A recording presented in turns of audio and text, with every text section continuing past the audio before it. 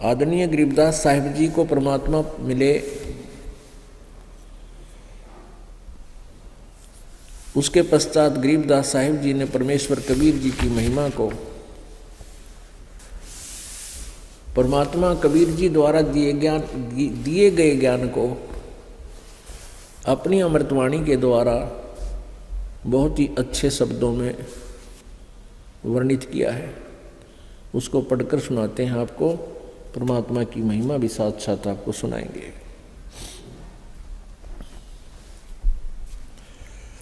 कस्तूरी नाम कबीर है, बिन छेड़े मैं कंते, आद अंत की कहते हूँ पटतर कोई न संत। चितानंद चंदन कला अवगत लहर उठंत, झिन आकार अजोख पदवो त्रिकुटी में दीखंत। ग्रीब नैनो मद निरखत रहे अवगत नाम कबीर, बेड़ा पार लगाए हों सुरत सरोवर तीर। ग्रीब नैनो बीच कमल है उज्ज्वल हिरंबर दाम, शेष शेष पुन रटत है जिन्होंने पाया वह राम। ग्रीब शेष 88 ना गए 2400 पर चोख, 3300 पर तलब है कोई बकरा कोई बोक। ग्रीब शेष 88 5 में 2500 को पूछ, ये तो अस्थिर है नहीं कि बे मुकाम के बेकूच। ग्रीब 10वां तो अवतार है हिमालय का नीर, बोतक गोते खावेंगे सतगुरु कहे कबीर। ना सतगुरु जननी जन्या जाके माने बाप, पिंड ब्रह्मंड से रहित है नावा तीनों ताप। शब्द संदेशा कहते हूँ बिन बिन भेद विचार, इसको माया जानियो 9 अवतार। गरीब कृष्ण कन्हैया राम हैं बलि 52 अवतार, हिरण्यकुश नरसिंह है ये माया विस्तार। गरीब वो तो अचल अनूप है नूरी दे शरीर, ये करता हो अवतरे माया के रघुवीर। गरीब धरता को करता कहें बड़ा अंदेशा मोह, पारस पद भेंट्या नहीं जिसको कहिए लो। गरीब लोक अलोक द्वीप सब पूर्ण पद प्रकाश, धोल धरनी सब जावेंगे थिर रहसी आकाश। आकाश नाश में है नहीं और सब का नाश, शब्द अतीत सुबाने है तिथि 12 मास।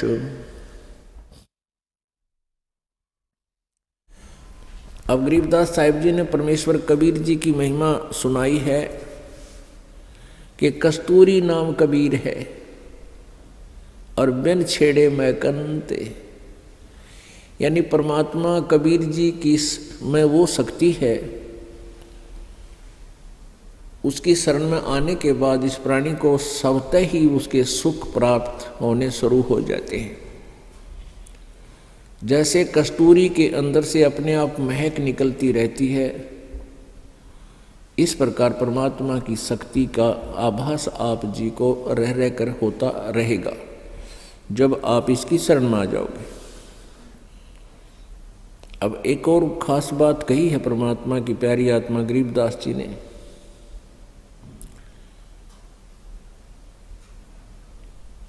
शेष 88 ना गए 2400 पर चोख, 3300 पर तलब है कोई बकरा कोई बोक। शेष 88 5 में 2500 में पूछ, ये तो अस्थिर है नहीं कि बे मुकाम कब कूच। 10वां तो अवतार है हिमालय का नीर, भौतक गोते खावेंगे सतगुरु कहे कबीर। इसमें क्या बताया है कि 88,000 ऋषि और ये 24 अवतार आप जी मानते हो, जैसे हिंदू धर्म के अनुसार 24 अवतार माने जाते हैं, जो आ चुके हैं, जो अपनी लीला कर चुके हैं। और 25वां निकलंक नाम से कलयुग के अंत में आवेगा, निकलंक नाम से। और सिंभल नगरी में विष्णुदत्त शर्मा के घर पे उसका जन्म होगा और फिर वो अपनी लीला करेगा। तो क्या बताते हैं कि ये सभी अवतारगण वहाँ से परमात्मा रूप धारण करके आते हैं, परमात्मा की कुछ शक्ति लेकर आते हैं, उनको कुछ पावर दे देता है ये काल, और उनका निर्धारित कार्य होता है, उसी को वो करते हैं। जैसे विष्णु जी आए थे, श्री राम रूप धार के रावण का वध किया, ऐसे ही श्री कृष्ण रूप में विष्णु जी आए तो जो उनके निर्धारित कार्य थे, कंसवध आदि जो भी उनकी लीलाएं आप पढ़ते हो, उन्होंने वो किए। लेकिन अंत में वो अपने कर्मों को बिगाड़ जाते हैं। यहाँ उन्होंने जितने पाप किए हैं वो उनके बैड अकाउंट में लिख दिए जाते हैं, और जब तक इनके पुण्य चलते हैं तभी तक ये विष्णु पद पर रहेंगे।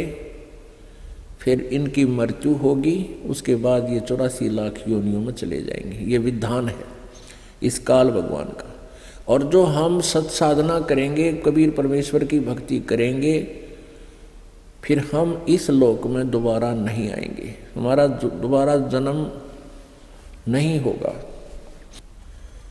88,000 ऋषि भी जन्मते मरते हैं, ये भी पशु पक्षी योनियों में 84 लाख प्रकार के प्राणियों के शरीरों में कष्ट उठाते हैं।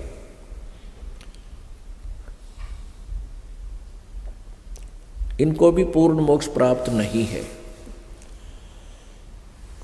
फिर कहते हैं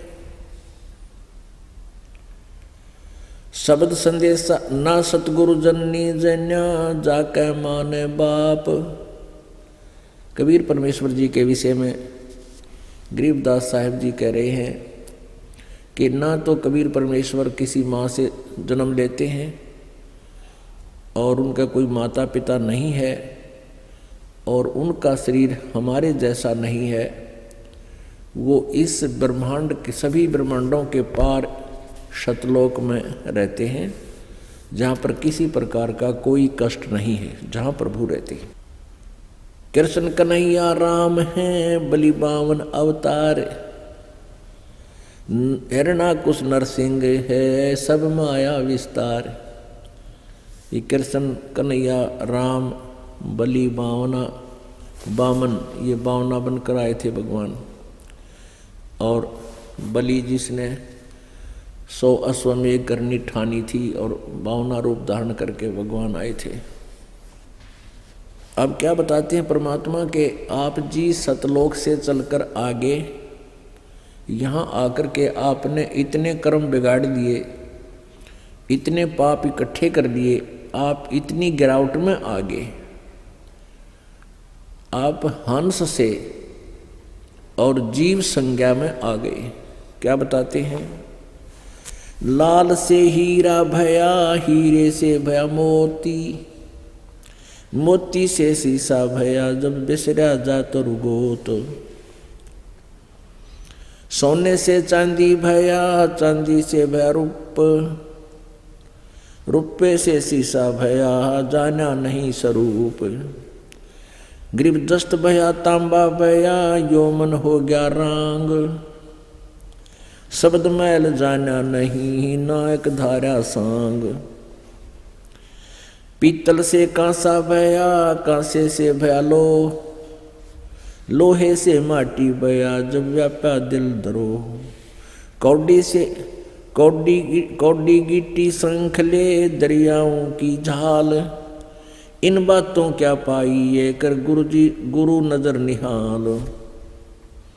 14वें पुर की कहूँ 15वें पुर मेल। 16वें पुर सिंधु है मान सरोवर खेल। अब क्या बताते हैं कि आप जी जब सतलोक से आए उस समय लाल थे, हंस थे, अच्छी व्यक्ति थी, किसी को दुख नहीं देते थे, प्यार से रहते थे। आप जी को काल ने पहले स्वर्ग में रखा, महास्वर्ग में रखा, फिर महास्वर्ग से आपको नीचे स्वर्ग में ले आया आपके, क्योंकि पुण्य अक्षीण होते रहे। और फिर आप जी को नीचे पृथ्वी पर पटक दिया, यहाँ आपको सजा रूप में छोड़ दिया। यहाँ कोई सुविधा नहीं, वर्षा आवे वर्षा आ जाएगी, ओले गिरे ऊपर से ओले सिर फोड़ देंगे, आंधी तूफान आवे आ जाएगी। आप जी ने स्वयं ही यहाँ कुछ सुविधाएं बना ली, जैसे किसी ने झोंपड़ी डाल ली, कोई गुफा खोद ली, फिर मकान बनाने लग गए। तन पर कपड़े नहीं थे, अब पर जुगाड़ जुगुड़ जोड़ के शरीर ढकने की व्यवस्था बना दी। अब भी यहाँ भूकंप आ जाता है, फ्लड आ जाती है, तो गांव के गांव नष्ट हो जाते हैं। ऐसे गंदे लोक में, ऐसे गंदे स्थान पर हम यहाँ रह रहे हैं और हम यही रहना चाहते हैं। हम ना मरना चाहते हैं, और कितना दुख आ जाए हम मृत्यु नहीं चाहते। कहने का भाव ये है कि हम उस वास्तविक स्थान को भूल के काल के जाल में फंस के अपने जो पुण्य थे उनको बर्बाद कर चुके हैं, और हम यहाँ भटक रहे हैं। उसके विषय में बता रहे हैं कि सोने से चांदी भया, चांदी से भया रूप, रुपए से शीशा भया, जाना नहीं स्वरूप। जस्त भया, यानी ये जो है सिल्वर होता है ना, उससे दस्त भया, फिर तांबा भया, और तांबे से भया रांग, यानी इतनी गिरावट में आ गया, इतनी कमजोर संस्कार हो गए आपके। आपने शब्द मैल जाना नहीं, नाहक धारो सांग। ये ऊपर हमने स्वांग बना रखा हमारे, कोई कुत्ता बन गया। जैसे आपने देखे होंगे ना, स्वांग करते, सांगी करा करते, स्वांग लड़के का रूप धारण कर लेते, लड़का ही लड़की बनकर खड़ा हो जाता, स्वांग बना लेता। और स्वांग में व्यक्ति राजा का रूप वेशभूषा बनाकर, राजा जैसे वेशभूषा पहनकर राजा का रोल करता है। कहते तुम यहाँ फिर एक सांग बन गया, सांग निकल गया तुम्हारा।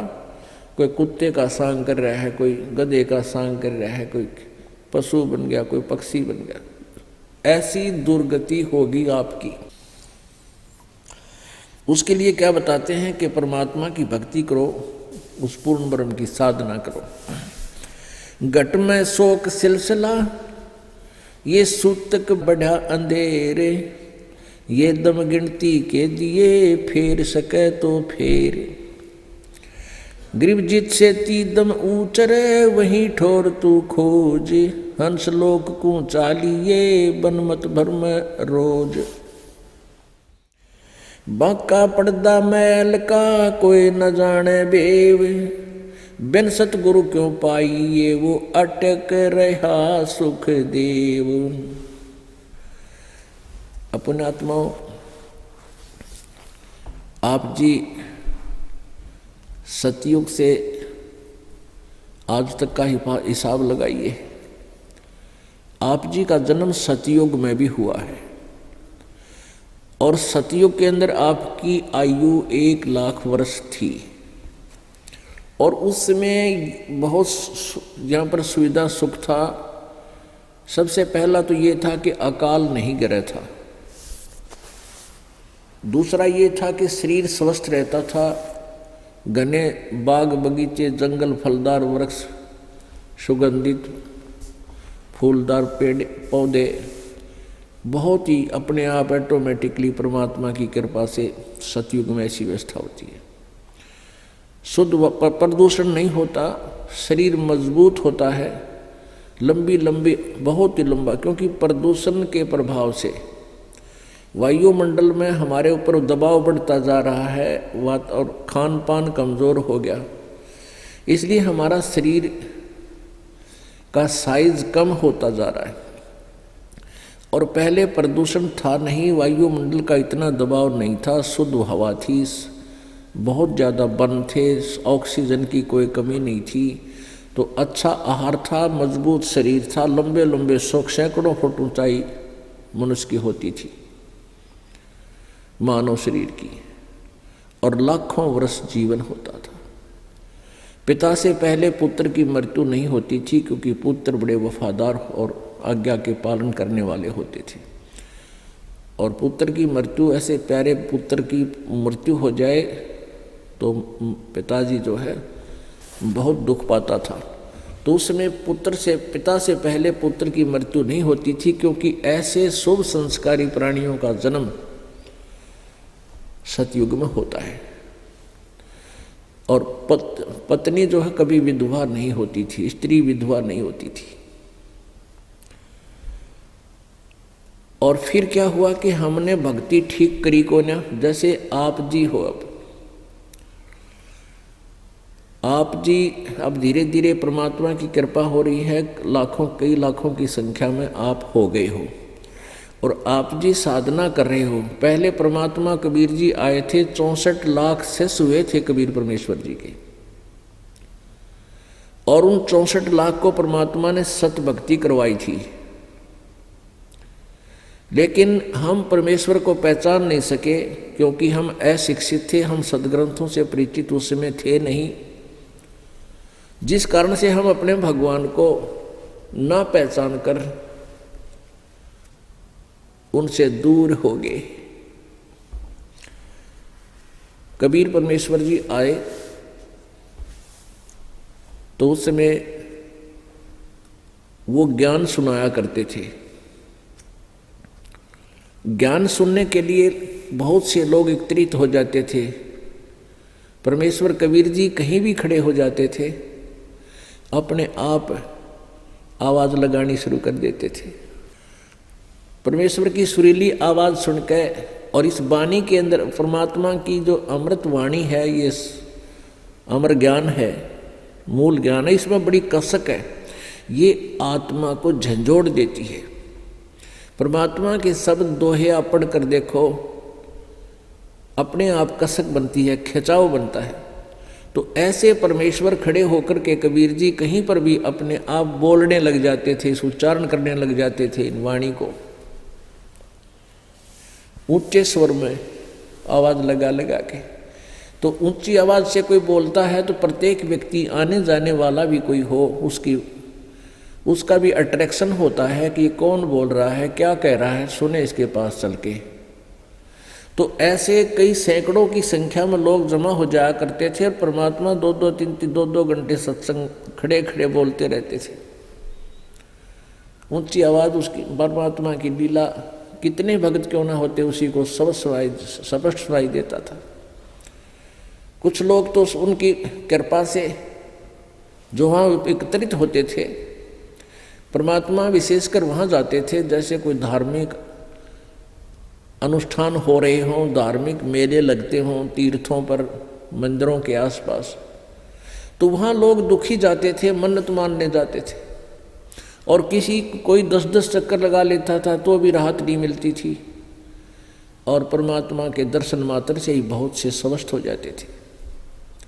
इस प्रकार मालिक की शरण में लोग आने लगे। एक ही अटेम्प्ट में, एक ही बार में 10-20 व्यक्ति सुखी हुए। उन्होंने अपने रिश्तेदारों को बताया, औरों को बताया, परमात्मा के चरणों में आने लगे।